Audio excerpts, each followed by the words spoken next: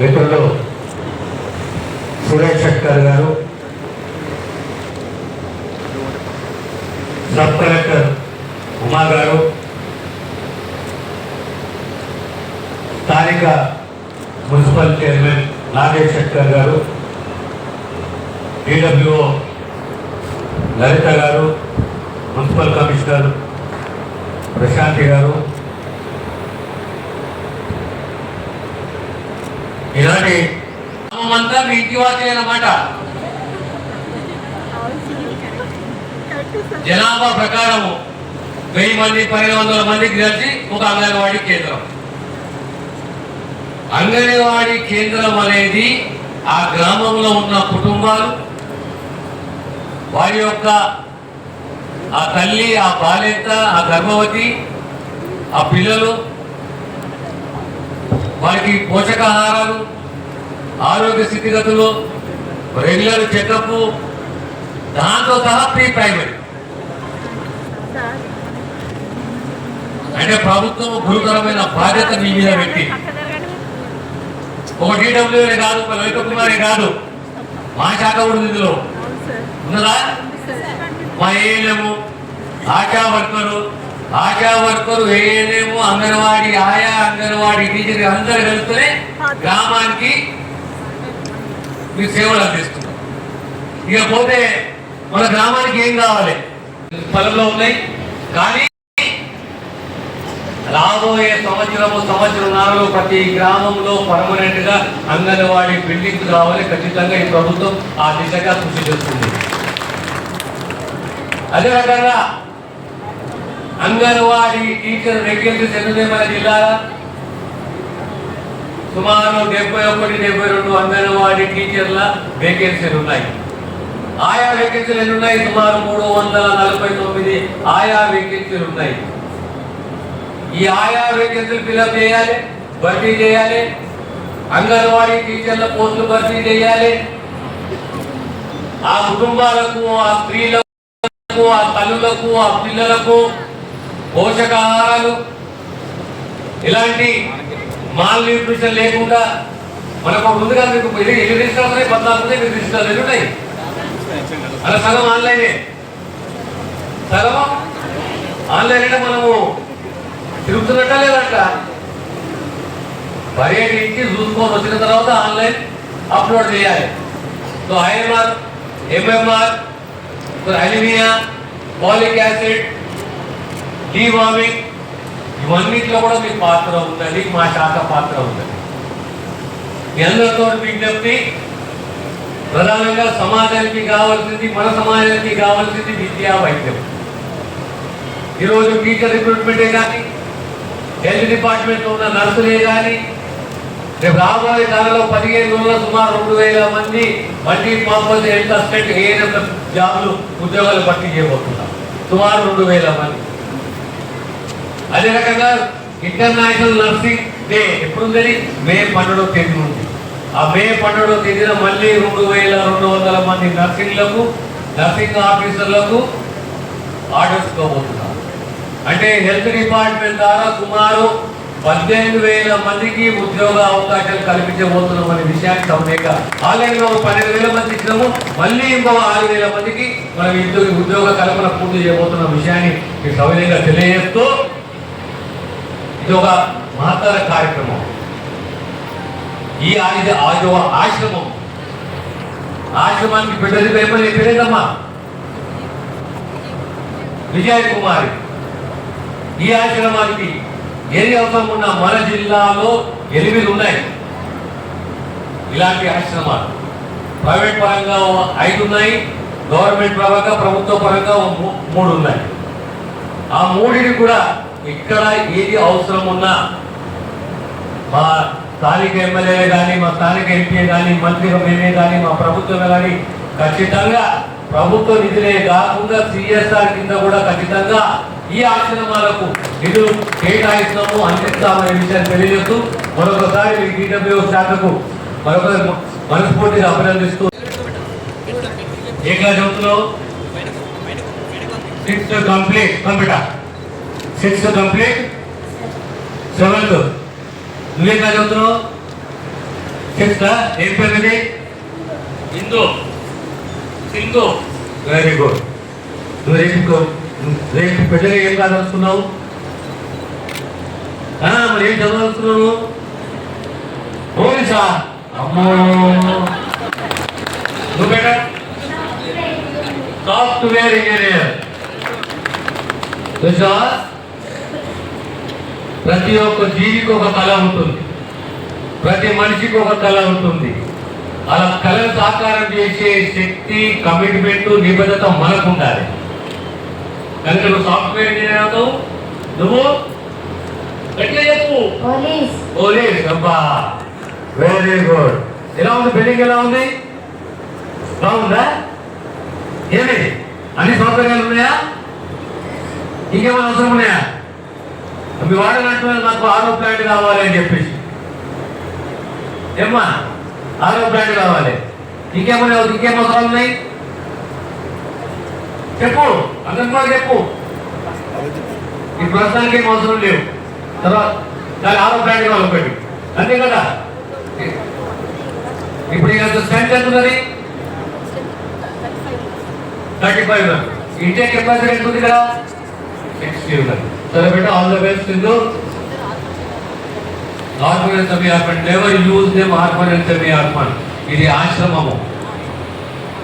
మీరు గురువర్యులు, మీరు తల్లి తండ్రి పాత్ర పోషించేది మీరే. ఏ బిడ్డ, ఓకేనా? సో రేపు నువ్వు ఏమైనా సాఫ్ట్వేర్ ఇంజనీర్ చెప్తున్నావు, నువ్వు పోలీస్ ఆఫీసర్ అవుతున్నావు, ఓకేనా? రైట్ బిడ్డ, ఆల్ ద బెస్ట్. మరి కొత్త బాల సదన్ ప్రారంభ క్రాంతి విచ్చేసిన గౌరవ మంత్రులు, మిత్రులు దామోదర్ రాజలక్ష్మి గారికి కూడా స్వాగతం పలుస్తూ, సోదరుడు ప్రాథమిక కార్యాలయ సభ్యుడు ఇంద్రెడ్డి గారికి, సబ్ కలెక్టర్ ఉమా ఆర్తి గారికి, మరి మున్సిపల్ చైర్మన్ సోదరుడు అమిత్ కట్కా గారు, మరి district special welfare officer Lalitha గారికి, శేఖరెడ్డి గారికి, మరి చాలా మంది అధికారులు, మరి పేరు పేరున ముఖ్యంగా నిర్మాణం జరిగినాయి.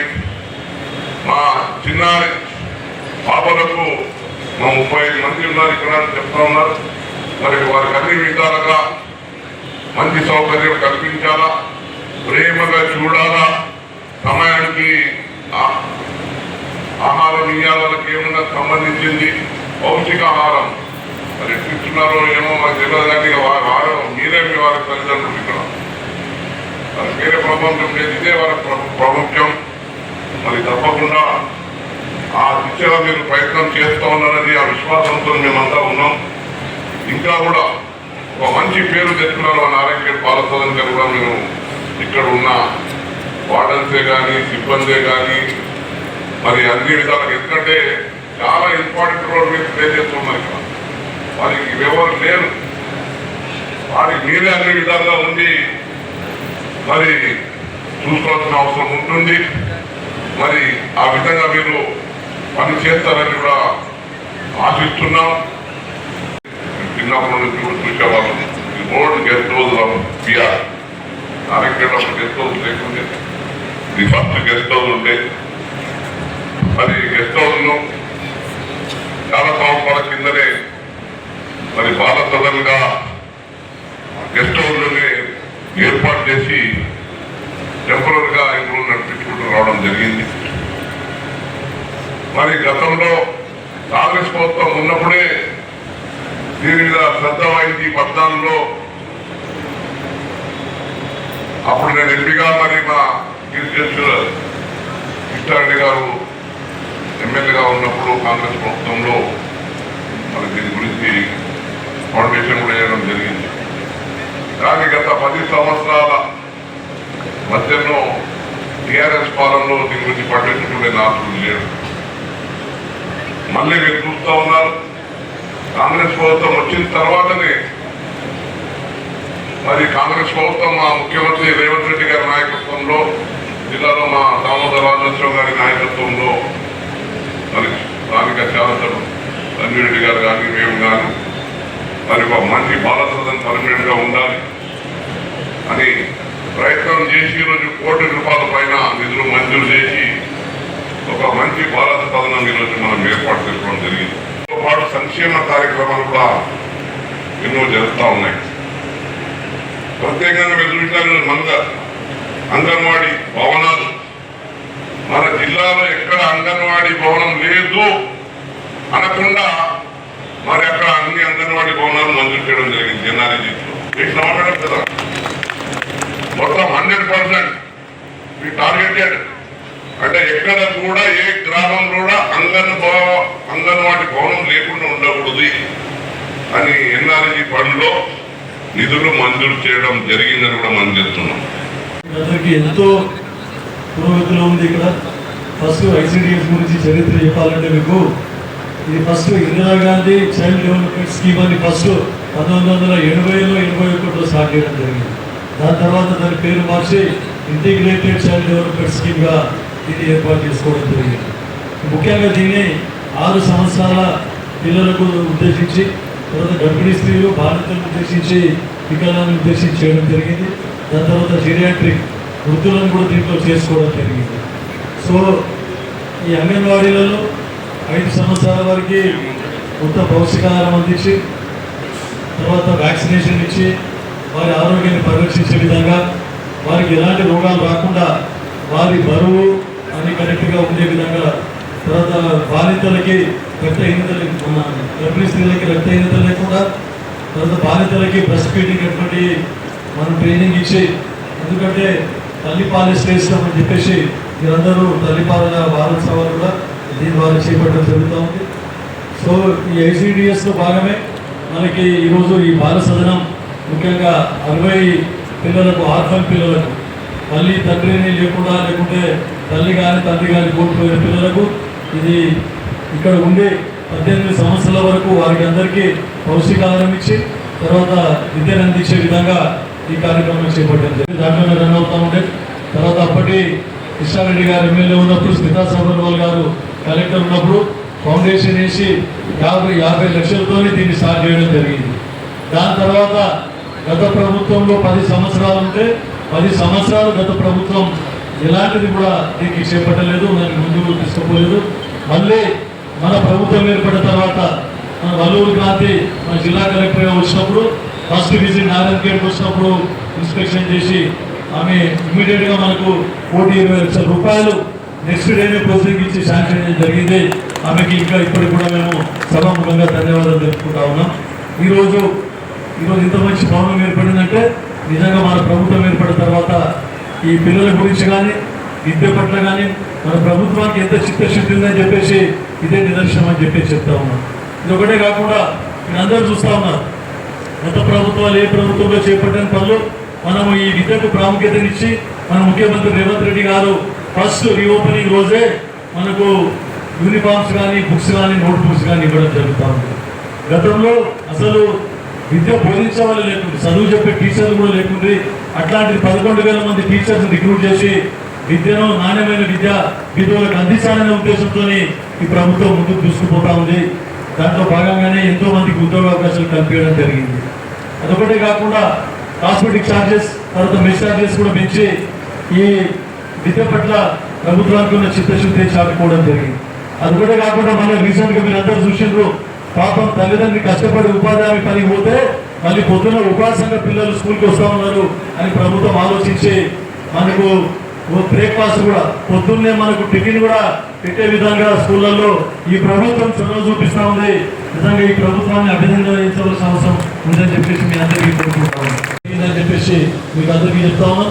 కాబట్టి మీరందరూ ఇది గుర్తుంచుకోవాల్సిన విషయం, గత ప్రభుత్వాలు ఏం చేసినాయి, ఈ ప్రభుత్వాలు ఏం చేసినాయి అని చెప్పేసి. అందుకనే ఈ ప్రభుత్వాన్ని మరొకసారి గుర్తుంచుకొని ముందు కూడా మీ అందరికి సహకరిస్తే ఇంకా మీ బీదోళ్ళ గురించి, ఎందుకంటే అన్ని స్కీములు కూడా బీదోళ్ళ గురించి, ఇంధనమైన అనుకోండి, రేషన్ కార్డు అనుకోండి, ఇటువంటివన్నీ కూడా మనము మీకు అందరికీ రోజు గ్రామాలలో తిరుగుతూ మీరు ఎంత లబ్ధి పొందుతూ ఉన్నారో ఇవన్నీ కూడా మీరు గమనిస్తూ ఉన్నారు. కాబట్టి మరొకసారి ప్రభుత్వాన్ని గుర్తుపెట్టుకోవాలని చెప్పేసి ఈ అవకాశం ఇచ్చిన పెద్దలందరికీ ధన్యవాదాలు. Hi everybody, this is Kiriti Damaraju. Like, share and subscribe to Saira TV. Oh, Saira!